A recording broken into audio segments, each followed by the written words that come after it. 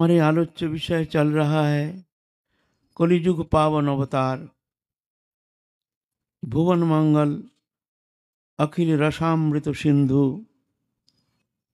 प्रेम पुरुषोत्तम श्री कृष्ण चैतन्य महाप्रभु के भुवन पावन मंगलमय जीवन गाथा तत्सहित उनके परम प्रिय पार्षदों के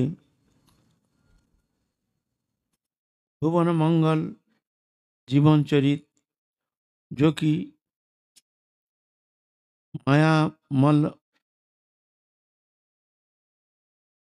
मलिनता सहित कलिजुगी जीव के अंतःकरण को शुद्धिकरण के लिए ऐसे पावन जीवन कथा एक हमारे जीवन के लिए एक आलोक वर्तिका है।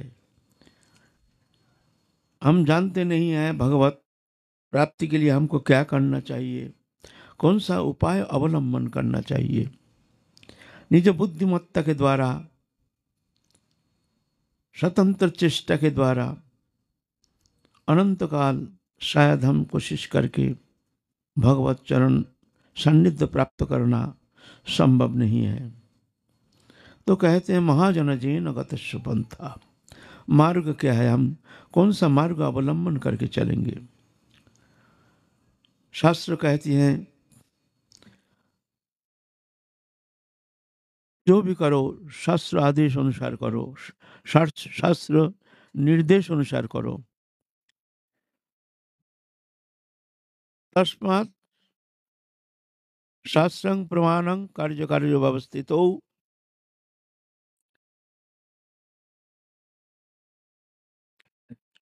तस्मात् शास्त्र प्रमाणं कार्य कार्य व्यवस्थितो ज्ञात्वा शास्त्र विधानोक्तं कार्य कर्तुम् अर्हसि। हमको क्या करना चाहिए क्या नहीं करना चाहिए इस विषय में हमको कोई ज्ञान नहीं है, शास्त्र ज्ञान नहीं है। और शास्त्र भी अनंत अनंत मार्ग है, अनंत दिक है, अनंत धारा है। ठीक ठीक शास्त्र निर्धारण करके हमको परमार्थ मार्ग में ठीक ठीक चलना, ठीक ठीक दिशा निर्देश करके उस दिशा अवलंबन करके हम निर्भुल दिशा अनुसार हम भगवत प्रेम सान्निध्य प्राप्त कर सकते हैं। ऐसा संभव नहीं है। तो कहते हैं महाजन जैन गतस्व पंथा, महाजन हमारे आचार्यगण जिस मार्ग अवलंबन करके, जिस धारा अवलंबन करके वो परम प्रमास्पद वस्तु जुगल किशोर को प्रेम जो प्राप्त करने में समर्थ हुए हैं, राधा कृष्ण जुगल सेवा प्राप्त करने में समर्थ हुए हैं, हमको उनके पदांक को अनुसरण करके उनके निर्देशित पंथा अनुसरण करते हुए, उनके आचरित पंथा अनुसंधान करते हुए, अनुसरण करते हुए हमको चलना पड़ेगा। स्वतंत्र बुद्धिमत्ता, स्वतंत्र विचारधारा कभी कभी साधक को विपदगामी कर देता है, कभी संदेह पैदा हो जाता है। इसीलिए संशयात्मा प्रणश्यति, मन में संशय आने से वो नष्ट हो जाता है। आचार्य मार्ग जो है वो मार्ग निर्भुल और वो मार्ग ही हमारे लिए एकमात्र अनुसरणीय आलोक वर्तिका जैसे जैसे हमारे आचार्यगण आए हैं। इस कलियुग में जो महाप्रभु आए हैं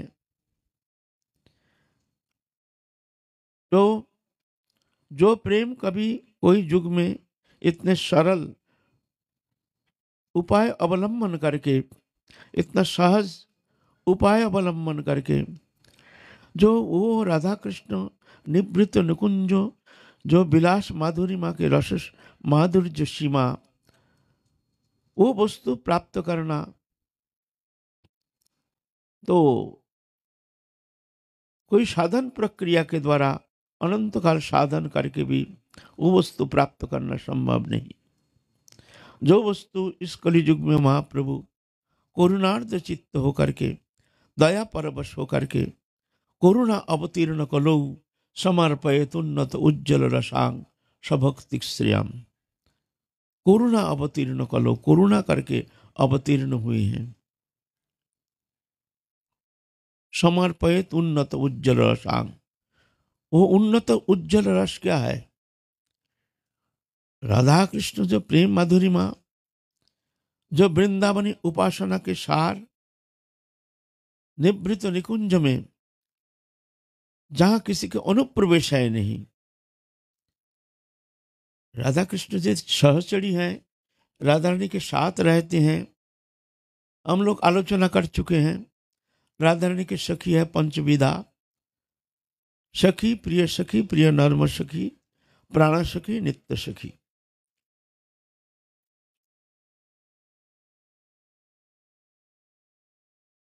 ये सखी है। साधारण सखी है कृष्ण स्नेहादिका, राधा रानी में कम प्रेम रखते हैं, ये सखी हैं। प्रिय सखिया समस्नेहा, राधा रानी में जितना प्रेम रखते हैं कृष्ण में भी उतना ही प्रेम रखते हैं, समस्नेहा। प्रिय नर्म सखी, ये राधा रानी के पक्ष में रहते हैं लेकिन कृष्ण में भी प्रेम है। ये प्रिय प्रिय नर्म सखी, अष्ट प्रधान सखी, ललिता विशाखा चित्रा इंदुलेखा चंपकलता रंग देवी तुंग विद्या सुदेवी। फिर आया प्राण सखी, राधा स्नेहाधिका, राधा रानी में ही प्रेम रखते हैं, कृष्ण में प्रेम रखते हैं, लेकिन राधा रानी के प्राण है कृष्ण, इसलिए कृष्ण से प्रेम रखते हैं। राधा रानी मोहर वृंदावनेश्वरी, तार प्राणोनाद बोली भोजी गिरिधारी।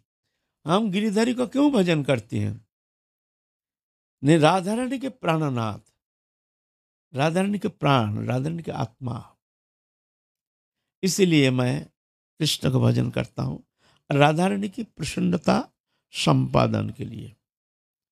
राधा रानी एक प्रस्तर में, राधा रानी के अगर प्रेम है तो ये मंजरी का स्वाभाविक उस प्रस्तर में ही उनके प्रेम देखने में आता है। स्वतंत्र रूप से कृष्ण से वो प्रेम है नहीं। राधा रानी के प्राण कृष्ण है, इसीलिए कृष्ण से प्रेम रखते हैं। यह है प्राण सखी, राधा स्नेहाधिका। और ये जो नित्य सखी हैं, यह साधन सिद्धा, जो साधन करके गुरु कृपा अवलंबन करके, गुरु कृपा प्राप्त करके, जो राधा रानी के चरण में शरण लेकर के समस्त कामना वासना परित्याग करके राधा रानी की सुख संपादन ही जीवन के एकमात्र उद्देश्य, उनके साधन के अखिल चेष्टा, साधन के हमारे प्राण केंद्र क्या है, हमारे साधन की विषय वस्तु क्या है, ये मंजरी जो उपासना पद्धति, अपने लिए कोई चेष्टा नहीं, हमारे अखिल चेष्टा राधा रानी के प्रीति संपादन, कैसे भी हो हमारे प्राणेश्वरी प्रसन्न हो जाए, राधा रानी के प्रसन्नता संपादन के लिए ही ये मंजरी के समस्त साधन चेष्टा, और कुछ पाने के लिए कोई इच्छा नहीं है। यह है नित्य सखी। नित्य सखी माने राधा रानी के साथ हर समय रहती है। ये जो प्रिय नर्म सखी आदि है, ललिता विशाखा चित्रा आदि, ये तो हर समय नहीं रहते हैं राधा रानी के साथ, आते हैं फिर चले जाते हैं अपना अपन कुंज भवन में। सब सखी का अपना अपना कुंज है। ललिता सखी का ललितानंददा कुंज, विशाखा सखी का विशाखानंददा कुंज, चित्रा सखी का चित्रानंददा कुंज, ऐसे अलग अलग कुंज है। कभी कभी राधा रानी कृष्ण को भी भेजते हैं उनके सुख संपादन के लिए, कभी कभी ललिता विशाखा आदि के कुंज में भेजते हैं। लेकिन ये जो मंजरी ससुख वासना रहित, अपने सुख संपादन के किंचित मात्र इच्छा नहीं, कभी कभी कृष्ण प्रसन्न होकर के या मंजरी को प्रसन्न करने के लिए, क्यों, ये इतने सुचतुरा, इतने सुनमुना, जो ये किस तरह से जुगल किशोर को प्रसन्नता संपादन करते हैं, मिलन कराते हैं। राधा रानी के जो पूर्ण आनंद स्वरूप, अ, महाभाव स्वरूपिणी राधा रानी की जो पूर्ण आनंद प्रकाश, वो तभी देखने में आता है जब कृष्ण उनके दक्षिण भाग में कृष्ण आकर के विराजमान हो जाते हैं।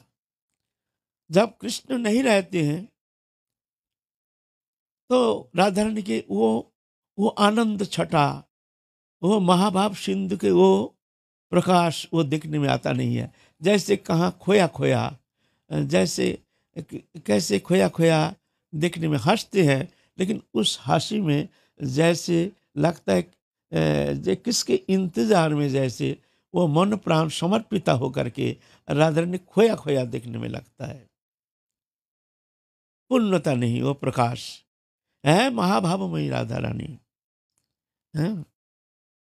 ये महाभाव स्वरूपिणी राधा रानी, ये महाभाव स्वरूप और कोई शक्ति में है नहीं।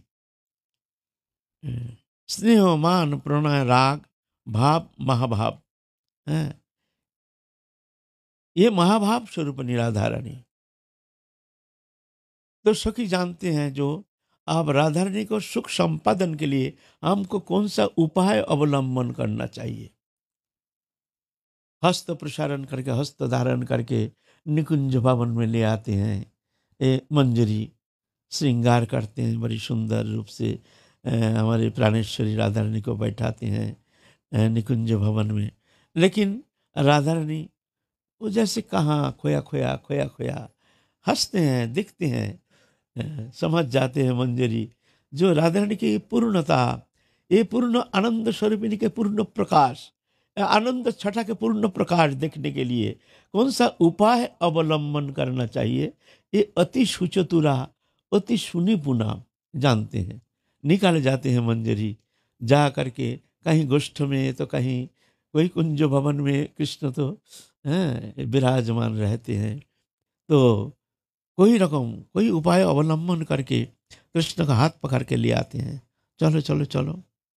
कभी गोष्ठ में गोष्ठ लीला कर रहे हैं, अपने श्रीदाम सुदाम दाम वसुदाम भाई बलराम भैया भी हैं, साथ हैं। आप कैसे कहें जो राधा ने तुम्हारे लिए इंतजार कर रहे हैं, ये तो कहना मुश्किल है कि तो अति निगूढ़ विषय है ना। कृष्ण का हाथ पकड़ के कहते हैं, चलो चलो चलो, जशोमती माता ने तुम्हारे लिए इंतजार कर रहे हैं।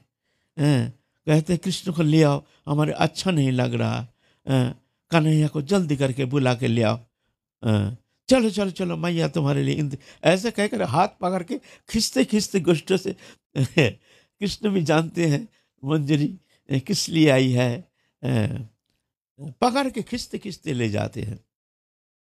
कभी कभी कोई कुंज में देखते हैं कृष्ण को, अनंत लीलामय है। कभी तो चंद्रावली के कुंज में देखते हैं, रंध्र प्रदेश से दिखते हैं, जानाला के रंध्र प्रदेश से दिखते हैं, भीतर में बैठे हैं, ठक ठक ठक ठक ठक ठक ठक ठक कुंज दरवाजा को ठकठकाते हैं, खोल देते हैं दरवाजा। तुम यहाँ बैठे हो, जानते हो तुम्हारे बछड़ा इसको सब सब एक कहीं दैत्य आकर के सब अपहरण करके ले जा रहे हैं। सब हम देख के चलो चलो तुम चलो जल्दी चलो, बोलते बोलते हाथ पकड़ के खींचते खींचते, उस उत्तर देने का पहले खींचते खींचते चंदावली तो देखती रह जाती है हमारे प्राणनाथ को ले जा रहे हैं। फिर जाकर के रास्ते में तारण करते हैं, आज तुम्हारे बताऊंगी तुमको, चलो आज हमारे स्वामिनी के पास, तुमको आज अच्छी तरह से तुमको मजा चखाऊंगी, चलो तुम। भयभीत हो जाते हैं कृष्ण, कृष्ण भयभीत हो जाते हैं। अखिल ब्रह्मांड नायक हैं, अनंत कोटि ब्रह्मांड नायक एक मंजरी के पास करबद्ध होकर के उनसे कृपा प्रार्थना कर रहे हैं।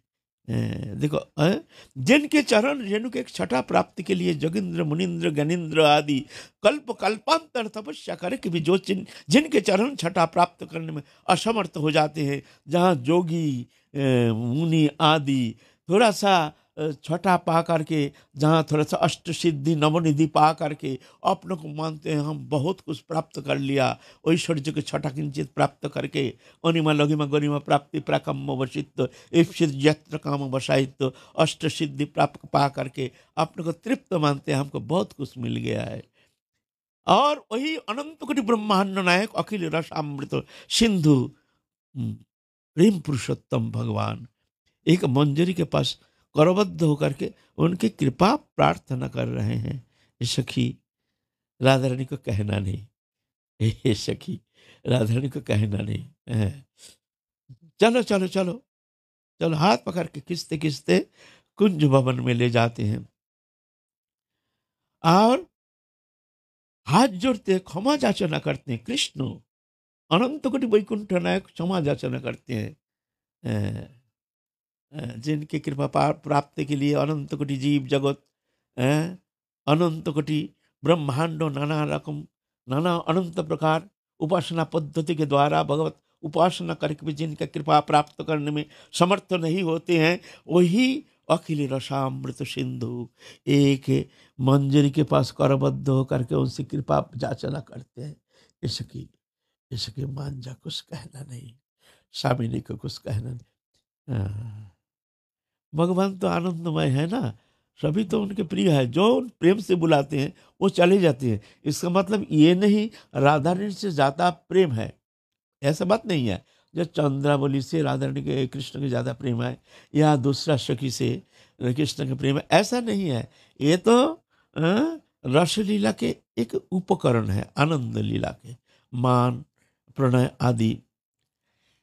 लेकिन उनके जो भावना, भगवान तो जो जथा मांग प्रबद्धंते तांग तथैव भजाम्याम, जो जैसे भावना लेकर हमको उपासना करते हैं, मैं उसको उसी तरह से उसको मैं अनुग्रह करता हूँ। ऐसे उनको कृपा करने के लिए, वो भी कृष्ण के उपासक है ना, कृष्ण तो अखिल आत्मा है ना, अखिल आत्मा होने का कारण ये जो भी उपासना करते हैं उसको उपेक्षा नहीं करते हैं कृष्ण। इसका मतलब ये नहीं राधा रानी से चंद्रमणि से ज्यादा प्रेम है। इसलिए कृष्ण राधा रानी जिस निकुंज भवन में अवस्थिति कर रहे हैं, वहां ना जाकर के चंद्रमणि के कुंज में गए हैं। उनका भावना और स्वाभाविक कृष्ण पूर्ति के लिए कृष्ण चले जाते हैं कभी कभी, है ना। मन तो है राधा रानी के पास, राधा रानी छोड़ के तो उनके सुख संपादन के लिए और कोई है नहीं। तो मंजरी के पास करबद्ध होकर के उनकी कृपा याचना करते हैं, और मंजरी भी बहुत तारण करते हैं, उंगली उठा करके ऐसे टेढ़ी नजर से देखते हैं, तारण करते हैं। तुमको आज मजा चखाऊंगी, चलो कुंज भवन में तुमको दिखाऊंगी। उनको फुसलाने के लिए, बहलाने के लिए, मनोरंजन करने के लिए कभी तो गजमती हार पहना देते हैं, अपने गजमती हार उठा करके मंजरी के गले में चढ़ा देते हैं। कभी तो नहीं मानते हैं तो कभी तो अंक में भर लेते, अंक में भर करके कभी आलिंगन आदि करते हैं। लेकिन ये मंजरी उसमें खुशी नहीं, कृष्ण के अंग स्पर्श से किंचित मात्र उनके अंदर को किंचित मात्र आनंद की छटा उनमें मिलती नहीं है। राधा रानी के सुख से सुखी, वो आनंद ही शतगुना सुख। जब कृष्ण आकर के, कृष्ण को ला करके राधा रानी के दक्षिण भाग में बैठा देते हैं, तो कृष्ण को पा करके राधा रानी के जो नयन में जो आनंद की छटा, वो छटा देख करके अनंत आनंद सिंधु में डूब जाती है ये मंजरी। कृष्ण का अंग स्पर्श से किंचित मात्र आनंद प्राप्ति की संभावना नहीं है। ये राधा रानी के ही भाव स्वरूप है ये मंजरी। राधा रानी की एक एक छटा है, राधा रानी की प्रेम का एक प्रकाश है, अनंत छटा। ये मंजरी उपासना पद्धति, ये महाप्रभु के अवदान, ये कलि युग में महाप्रभु का अवदान अनर्पित चरिंग चिरात। कभी अर्पण किए नहीं है कोई युग में। करुणा अवतीर्ण कलो, करुणा करके इस कलि युग में महाप्रभु आए हैं वो वस्तु प्रदान करने के लिए। समर्पित उन्नत उज्जवल रसांग, वो उन्नत उज्जवल रस वो क्या है? वो जो निभृत निकुंज में राधा कृष्ण जुगल विलास माधुरी में के चरम निर्जार, जो कि कोई वो अनुधावन कर नहीं सकता है, ऐसे किसी का ये शक्ति है नहीं। जहाँ निभृत निकुंज में जो एक पत्र जुगल किशोरी विराजमान है, वहां ये मंजरी के अनुप्रवेश है। नित्य सखी, इसलिए इनको कहते हैं नित्य सखी। वहां ललितादि सखी का भी वहां अनुप्रवेश है नहीं। ललितादि सखी साहब जुगल किशोर को लेकर के निकुंज भवन में प्रवेश करा देते हैं, है ना।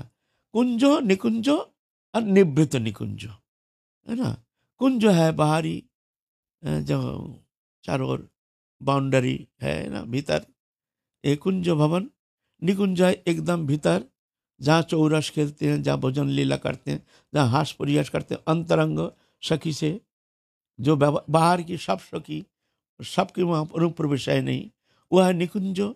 और निवृत्त निकुंज, जहाँ सिर्फ राधा कृष्ण जुगल ही विराजमाना रहते हैं, किसी का अनुप्रवेश है नहीं, और निवृत्त निकुंज कहते हैं। उस निवृत्त निकुंज में जुगल किशोर को अनुप्रवेश करा करके फिर ये सखियां, ललितादि सखियां चली जाते हैं अपने अपने कुंज भवन में। वहां ये मंजरी का अनुप्रवेश है। ये भीतर उनके रहने का, इनका कृपा करके राधा रानी ये शिवा प्रदान किए हैं उनको। ये है महाप्रभु का अनर्पित चरिंग चिरात, ये रस सीमा। যত সুখ পায় বৃষভানুর নন্দিনী, তার শতগুণ सुख आस्वाद संगिनी। शतगुना आनंद प्राप्त कराते हैं ये राधा रानी कृपा करके अपने मंजरी को। तो ये जो रस माधुरिमा, इसका जो व्यापक प्रचार के लिए महाप्रभु तो आए हैं, फिर साथ साथ महाप्रभु अंतर्ध्यान के बाद फिर आए हैं पंचतत्व रूप में। श्रीनिवास आचार्य प्रभु, श्यामानंद प्रभु और नरोत्तम ठाकुर और रामचंद्र कविराज और रसिकानंद प्रभु, पंचतत्व रूप में। ये व्यापक रूप से परवर्ती काल, महाप्रभु के अंतर्ध्यान के परवर्ती काल व्यापक रूप में ये हमारे प्रेम धर्म राधा कृष्ण जुगल वृंदावनी उपासना रस माधुरिमा के चरम निर्जास जो है मंजरी भाव उपासना पद्धति, ये पद्धति व्यापक रूप से प्रचार किए हैं। नरोत्तम ठाकुर पूर्व भारत, श्रीनिवास आचार्य प्रभु मध्य भारत, और श्यामानंद प्रभु उत्कल देश आदि व्यापक रूप में ये प्रेम धर्म प्रचार किए हैं। वृंदावन में हमारे सरो गोस्वामी आदि, रूप सनातन भट्ट रघुनाथ, श्रीजीव गोपाल भट्ट दास रघुनाथ, लोकनाथ गोस्वामी, कृष्णदास कविराज गोस्वामी, ये अष्ट मंजरी है, प्रधान मंजरी जो आए हैं महाप्रभु के साथ। महाप्रभु जब आए हैं तो अपने समस्त परिकरों को लेकर आए हैं। यह है राधा रानी के अंतरंगा सखी, प्राण सखी, रूप मंजरी, रति मंजरी, विलास मंजरी, कस्तूरी मंजरी, मंजुलाली मंजरी, रस मंजरी, गुण मंजरी, लवंग मंजरी, ये मंजरी अष्ट सखी। ये अष्ट जो ये है हमारे अष्ट गोस्वामी। उसके बाद आए हैं ये श्यामानंद प्रभु आदि। तो हम लोग अब आलोचना कर रहे हैं श्यामानंद प्रभु के जीवन चरित्र संबंध में, इनके पावन जीवन गाथा, इनके जो मंगलमय जीवन गाथा, इनके जीवन चरित्र जो है हमारे लिए आलोक वर्तिका जैसे है। जैसे अंधकार में हम चलते हैं, कोई आलोक दिखने में हमको आता नहीं है, हमको चलना है। उस स्थिति में क्या है, कोई आलोक लेकर के कोई चलते हैं तो हमको एक आशा की किरण दिखता है, जो हाँ आलोक दिखता है, जो इसके पीछे पीछे चलो फिर हम पहुंच जाएंगे। ऐसे ही आलोक वर्तिका इनके जीवन चरित्र, भुवन पावन भुवन मंगल जीवन चरित्र, ऐसे निर्दोष इतने सुंदर जीवन चरित्र जो हमारे लिए एक आलोक वर्तिका विशेष। ये माया मलिनता चित्तवृत्ति, जहाँ हमारे अंतकरण दूषित चित्तवृत्ति मोह तंद्रा भ्रम रुक्ष रस परिश्रम असत्य क्रोध आकांक्षा शंका विश्व विभ्रम उल्लंघन काम वैषम्य लोलता मद माश्चर्य इत्यादि अवगुण से दूषित है हमारे अंतकरण वृत्ति। इस वृत्ति लेकर के, इस अंतकरण लेकर के कहाँ तक हम वो प्रेम आस्वादन कर सकते हैं? तो ये हमारे दूषित अंतकरण को शुद्धिकरण के लिए हमको कौन सा उपाय अवलंबन करना चाहिए, है ना? तो बोलते ऐसे महत पुरुष के जीवन चरित्र, जीवन आलेखो, महत कथा श्रवण, बिनु सत्संग न हरि कथा, तेह बिना मोह न भाग, मोह गए बिनु राम पद होए न दृढ़ अनुराग। इस सत्संग ही एकमात्र उपाय, ये मलिनता चित्त वृत्ति को शोधित करने का एकमात्र उपाय है सत्संग, साधु संग। साधु संग से, ये साधु संग छोड़ करके दूसरा साधन प्रक्रिया के द्वारा, कोई भक्त्यांग जाजन के द्वारा इतना सहज अंतकरण के शुद्धिकरण होना संभव नहीं है। सत्संग में बहुत जल्दी श्रवण मंगलम श्रीमदाततम भुवि गृह्णन्ति ते भूरिदा जना। श्रवण मंगलम, श्रवण मात्र ही मंगल करने में समर्थ है। ये हरि कथामृत सुधा, जो इस श्रवण मात्र, बहुत मुखोद्गीर्ण हरि कथामृत सुधा,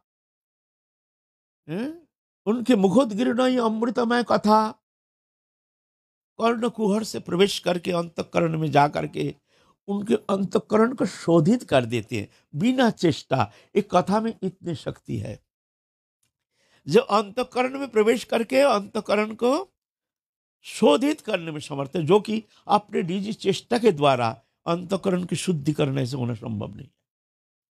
इसीलिए ऐसे महापुरुष के जीवन चरित आलोचना श्रवण करना, कैसे कैसे साधन किए हैं भक्ति प्राप्ति के लिए, कैसे कैसे सहिष्णुता, कैसे कैसे कष्ट सहिष्णुता, साधन प्रक्रिया, साधन चेष्टा, त्याग वैराग्य तितिक्षा इत्यादि हमारे लिए एक दिशा है, आलोकवर्तिका है।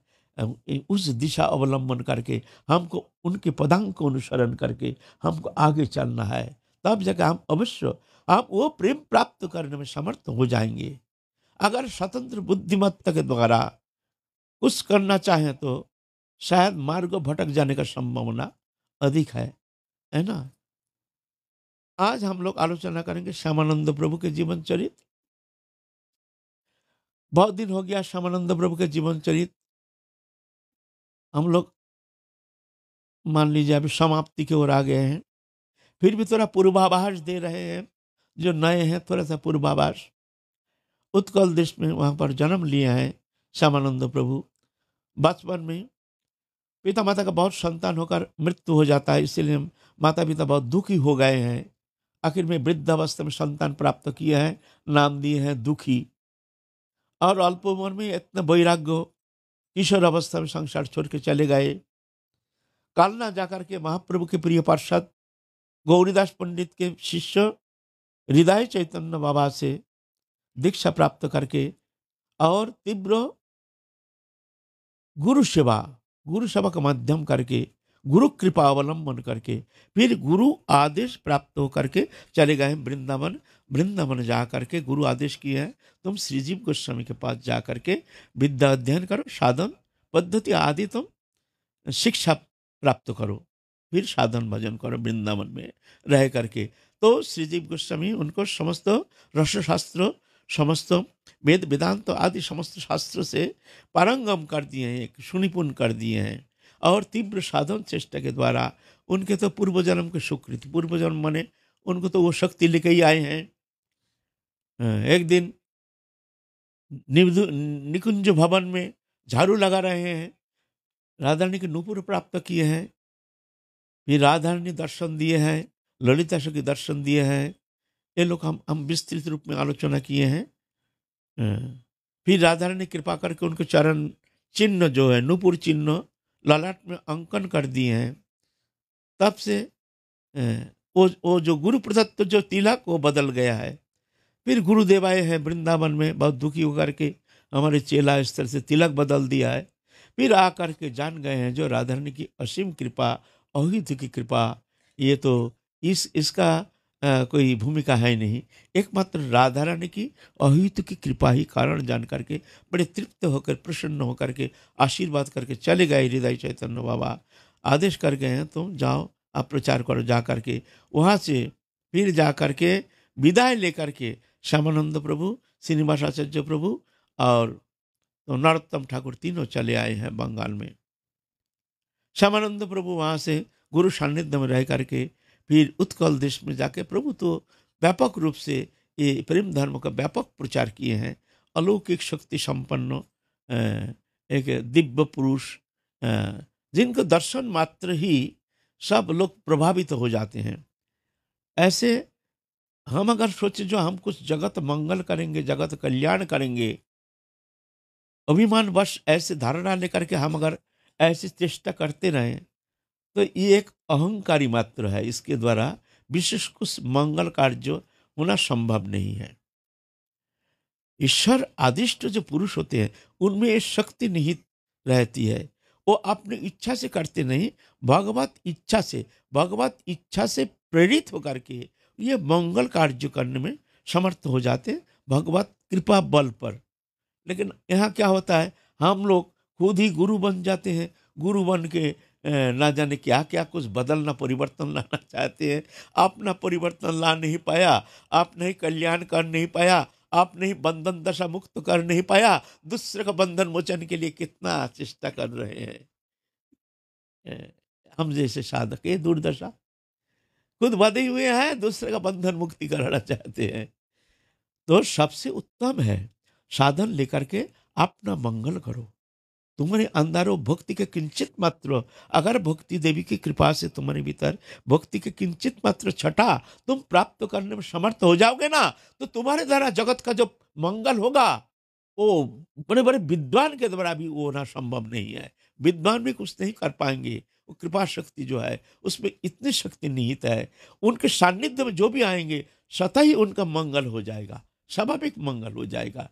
मंगल कार्य के लिए उनको आह्वान करने का जरूरत नहीं, आओ आओ हम तुम्हारे मंगल करेंगे, ऐसा नहीं है ना। तो ये श्यामानंद प्रभु ईश्वर आदिष्ट पुरुष, इसीलिए व्यापक रूप से ये उत्कल देश में प्रचार किए हैं। काल तक तो हम लोग आलोचना किए हैं।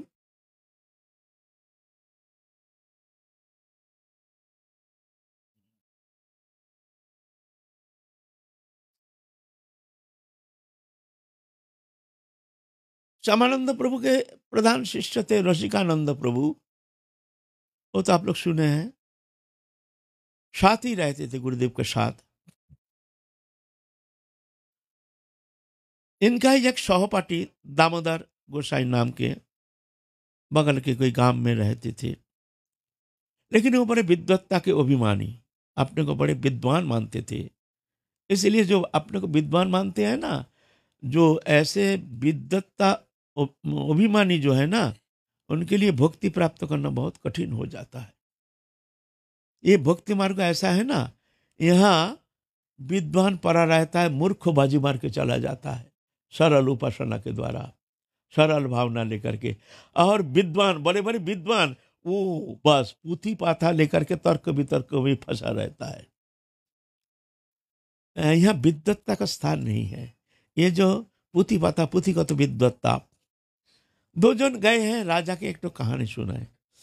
दो जन गए हैं, एक राजा है, उनके एक बगीचा है, बहुत फल फूल, ये लीची आम ये सब इतने सुंदर सुंदर फड़ा हुआ है, सब बाउंड्री वाल। राजा के बगीचा थोड़ी वहाँ कोई जा सकता है।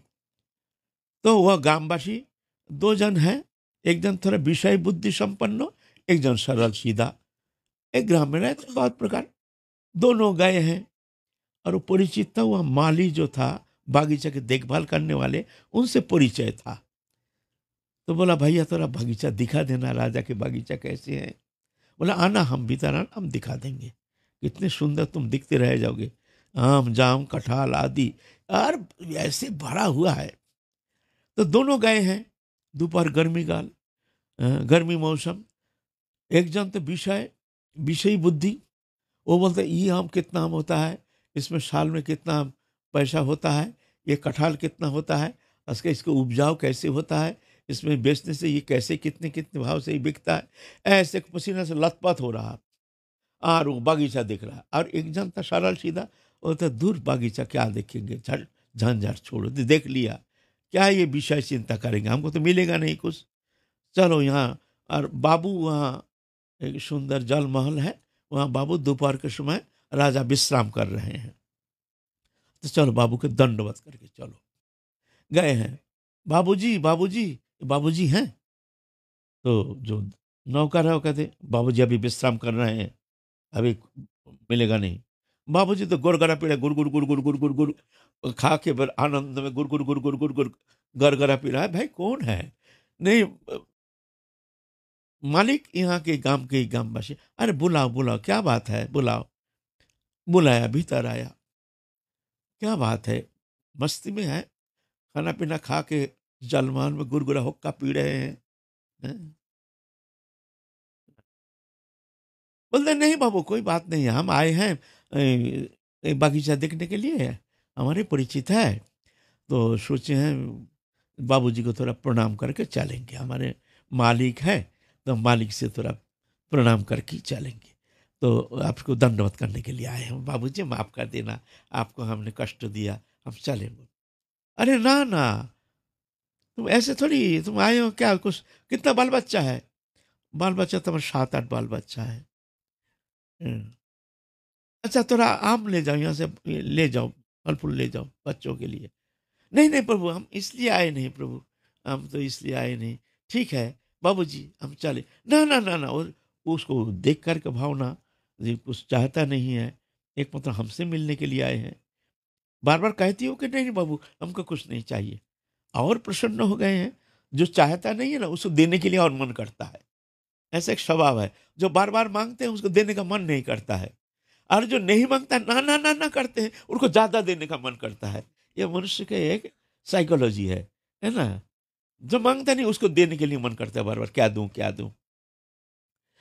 तो नौकर को बोले जो वो तख्त के नीचे जो अच्छा अच्छा आम है, एक टोकरी आम साजा के इसको दे दो, जाओ। तो एकदम इतना बड़ा एक टोकरी में इतना आम एकदम भर के, कितना आम तो ठिकाना नहीं, छट छट के जो रखे, वो छटा हुआ आम है, छटा हुआ आम सब। एक टोकरी आम ने फिर दंडवत प्रणाम करके, बाबू माफ कर दीजिए प्रभु, हम तो आए हैं आपसे दर्शन करने के लिए, आपको डिस्टर्ब कर दिया।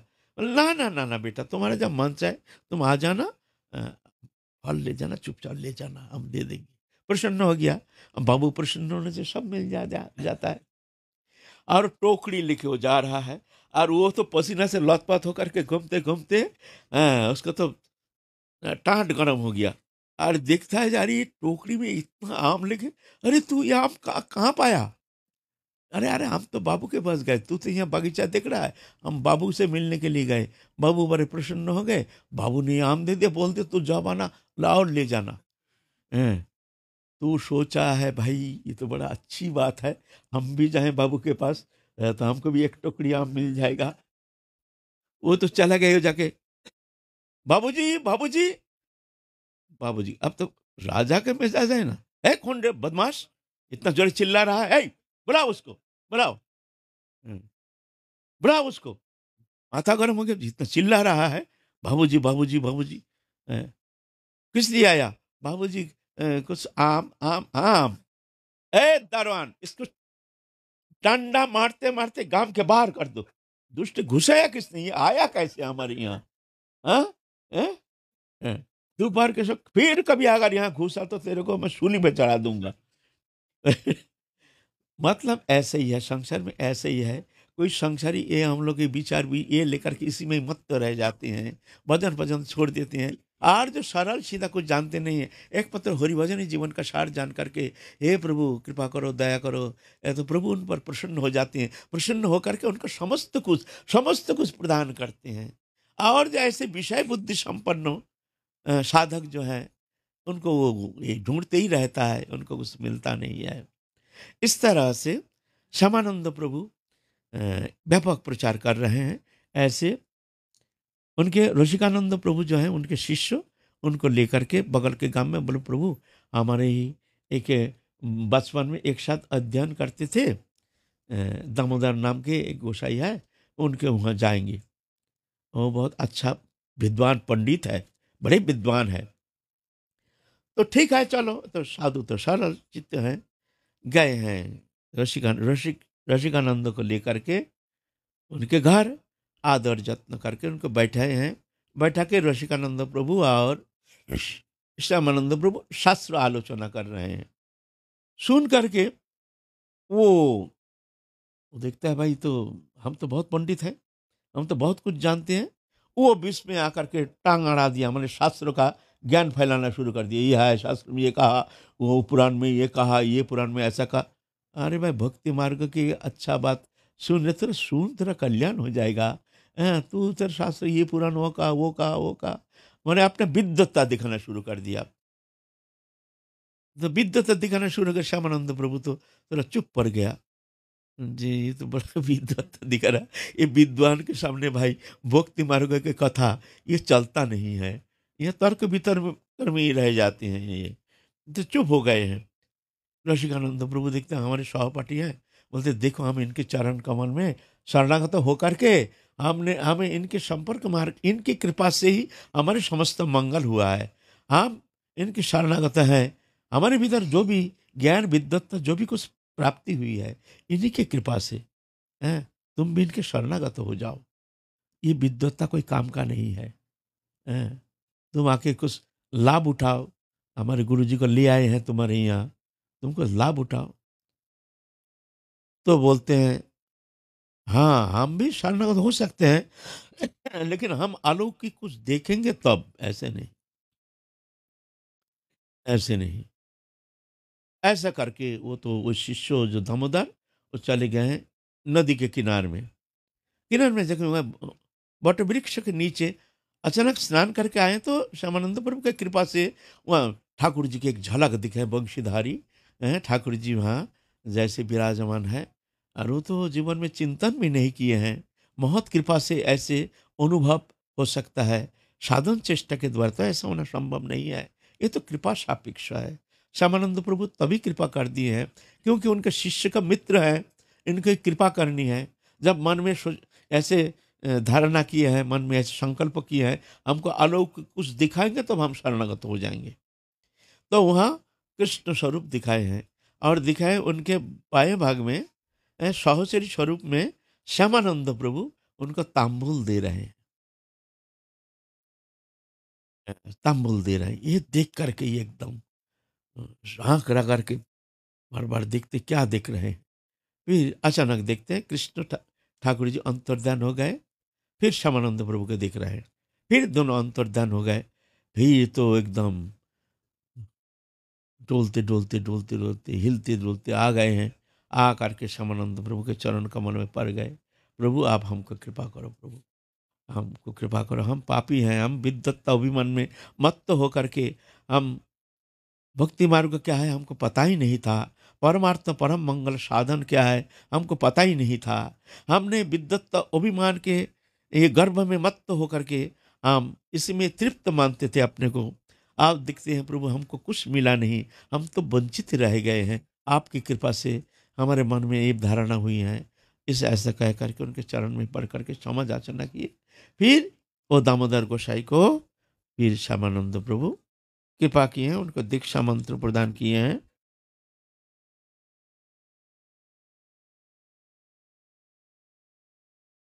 फिर श्यामानंद प्रभु अपने समस्त शिष्य मंडली के प्रचार में जाते हैं। सब गांव गांव जाते हैं, कीर्तन मंडली लेकर के कहीं सत्संग करते हैं, कहीं हरि कीर्तन करते हैं। इस तरह से बहुत दूरजन सज्जन नाना प्रकार लोग रहता है गांव में, सभी को इस तरह से कृपा करते हैं।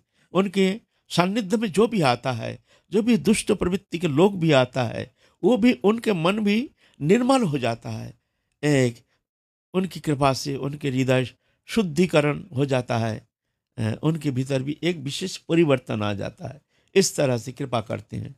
गए हैं एक गांव में, रोहिणी गांव से निकटवर्ती काशियारी नामक गांव, वहाँ गए हैं। वहाँ जा कर के हरि कथा फिर हरि नाम प्रचार आदि कर रहे हैं। वहाँ रात्रि में विश्राम कर रहे हैं। विश्राम कर रहे वहाँ रहते थे सर्वमंगला नाम के एक देवी मैया रात्रि में विश्राम कर रहे हैं। और वो देवी मैया तो बंगाल में उधर देवी मैया का बहुत विशेष प्रचार है। देवी उपासना, पूर्व भारत जो है ना, ये देवी उपासना प्रधान। हमारे राधा कृष्ण उपासना बा ये राम उपासना, ये वैष्णव संप्रदाय ये बहुत उतना प्रबल नहीं है पूर्व भारत में। वहाँ सब तंत्र मार्गों का ही ज़्यादा प्रचार है।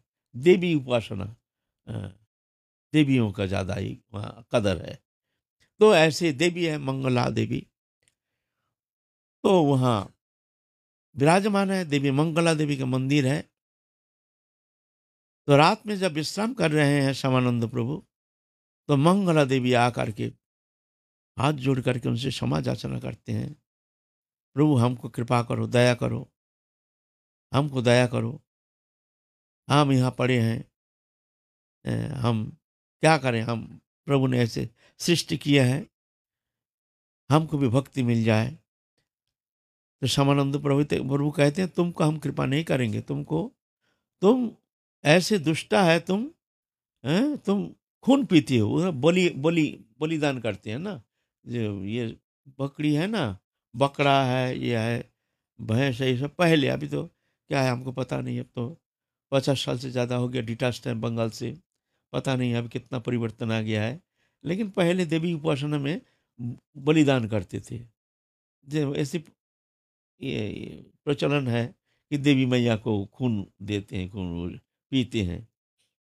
तो देवी मैया आके इस तरह से कहते हैं, तो बड़े फटकार लगाए श्यामानंद, ये तो भगवती तनु है ना, ईश्वर शक्ति है, ये तो साधारण मनुष्य है नहीं। तो कहते हम तुमको कृपा नहीं करेंगे, तुम इस तरह से खून पीते हो, तुम देवी होकर के तुम इस तरह से पशु हत्या करके तुमको खून प्रदान करते हैं, तुम उसको शिकार करते हो। तो देवी मैया हाथ जोड़ किए हैं, जो ना अब हम ऐसे नहीं करेंगे, हमको कृपा करो, तुम हमको कृपा करो। फिर श्यामानंद प्रभु उन पर कृपा के देवी मैया को कृपा की है। फिर वहां से तब से और देवी मैया के वहाँ भोग लगता है, फल भोग आदि, वो बलिदान आदि उस समय, उसके बाद से वहाँ बंद हो गया। ऐसे हैं श्यामानंद प्रभु देवी मैया को भी कृपा किए हैं। फिर खानाकुल कृष्णनगर, वहाँ अभिराम ठाकुर के, महाप्रभु के पार्षद अभिराम ठाकुर, इनका तो लंबा कहानी है। यहाँ अभिराम ठाकुर के यहाँ आए हैं अपने समस्त पार्षदों को लेकर के खानाकुल कृष्णनगर। यहाँ अभिराम ठाकुर के श्रीपाठ है। अभी तो पूरा कह नहीं पाएंगे, थोड़ा सा हिंट्स देते हैं। ये अभिराम ठाकुर है श्रीधाम शाखा। ये कोई किंवदंती हम जो आपके सामने परिवेशन कर रहे हैं, ये कोई किंवदंती नहीं है, ये सत्य है। द्वापर युग में जब युग परिवर्तन के समय आ गया है, एक दिन आंख में चोली खेल रहे थे श्रीधाम शाखा और कृष्ण। श्रीधाम शाखा का आंख में पट्टी बांध दिया, आंख में चोली खेल रहे हैं। कृष्ण कहते हैं हम कूदेंगे, तुम फिर हमको ढूंढ के निकालना। ऐसी खेल है, आंख में चोली खेल। पट्टी बांध दिया, आप पट्टी खोलता नहीं है। कृष्ण कूद, आवाज नहीं देते। अरे भाई कृष्ण, सखा भाई बता कहाँ है तू, आवाज नहीं देते। बहुत समय हो गया, धत तेरी बोल करके पट्टी खोल दिया। पट्टी खोल के इतना में युग का परिवर्तन हो गया। द्वापर युग जा करके कलियुग आ गया। और कलियुग में जीव 3.5 हाथ, द्वापर युग में 7 हाथ, त्रेता युग में 14 हाथ, और सत्य युग में 21 हाथ मनुष्य का लंबा होते थे मनुष्य को, ऐसे चेहरा। द्वापर युग में था 7 हाथ लंबा, वो तो द्वापर युग का 7 हाथ लंबा। और इधर युग का परिवर्तन हो गया, देखते हैं सब छोटे छोटे लोग 3.5 हाथ, और गाली गलौज कर रहे हैं खेत में आपस में, हैं गंदा गंदा सब शब्द निकल। अरे भाई ये क्या देख रहे हैं, कहाँ आ गए हैं।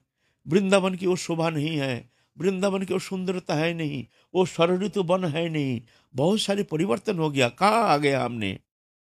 जा करके उनसे पूछते हैं भाई तुम लोग कौन हो। बोले तुम कौन हो। बोले तुम बताओ ये कौन युग है। बोलते ये जानते नहीं हो तुम, ये कलि युग है। राम राम राम राम राम राम कलयुग है। तो मेरे भैया कन्हैया कहाँ गए हैं? आकर के ध्यान लगाए हैं। ध्यान लगा के देखते हैं जब भैया कन्हैया युग का परिवर्तन हो गया। इतना में तो दिव्य युग का परिवर्तन हो करके आप कली युग आ गया। कली युग में वो महाप्रभु बन करके नवद्वीप में जन्म ग्रहण किए, ब्राह्मण कुल में। बहुत दुखी हो गया मन में, जो हमसे धोखाबाजी करके कन्हैया इस तरह से जाकर के अवतीर्ण हुए हैं नवद्वीप में, ब्राह्मण कुल में, और हमारा कोई नाम निशान नहीं है। हमको बोला भी नहीं है एक बार जब मैं जा रहा हूँ। ठीक है, मैं भी जब तक कन्हैया मेरे को नहीं बुलाएगा तब तक हम निकलेंगे नहीं, ऐसा बोल करके गिरिराज के गुफा में घुस करके समाधि में निमग्न हो गए अभिराम ठाकुर। ये अभिराम ठाकुर को बुलाने के लिए नित्यानंद प्रभु आए थे। नित्यानंद प्रभु साक्षात दापर जी को अभिराम ठाकुर जाकर के नवद्वीप लीला किए है। एक अद्भुत घटना, ऐसे विश्व के इतिहास में ऐसा कभी कोई पुराण में देखा नहीं गया जो बिना जन्म साक्षात गोलोक धाम से आकर के एक मानवीय लीला करते हैं। लेकिन अभिराम ठाकुर जन्म ग्रहण नहीं किए हैं। जब बुला हम ये सुनाएंगे, आज तो समय हो गया।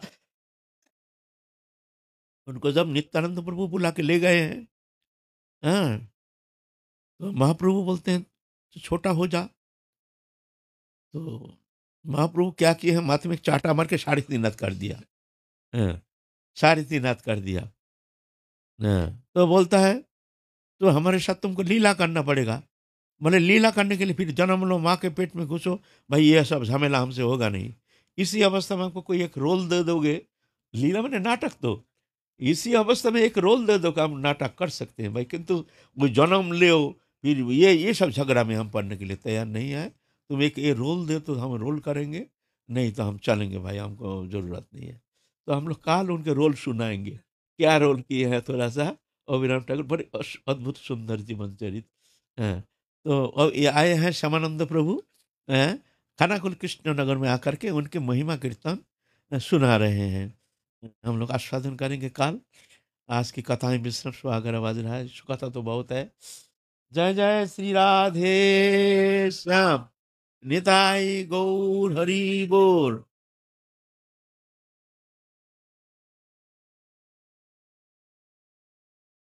ने बोले इतना पानी ला पीने की प्यास लगी। सखी पानी लाने जाएगी, कृष्ण ही उधर पकड़ लेगा। कृष्ण से मिलने का तो सखी का इच्छा भी रहता है, पकड़ लेगा तो वो प्यास लगे पानी कैसे लाएगी। कृष्ण पकड़ लेगा और मंदिर तो हाथ छुड़ा के भाग आ जाएगी। सब कृष्ण को हाथ छुड़ा के तो सखी आगे आएगी नहीं, राधा रानी को पानी कैसे पिलाएगी।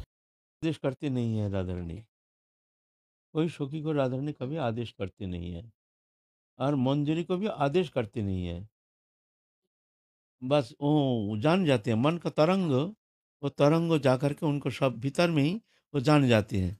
जब मन राधा रानी की प्यास लग गई है, प्यास लग गई है, तो निकुंज भवन में राधा कृष्ण दोनों बैठे हैं ना, निकुंज भवन में दोनों बैठे हैं। अब राधा रानी की प्यास लग गई है, तो एक मंजरी की तरफ ऐसे करके देखी राधा रानी।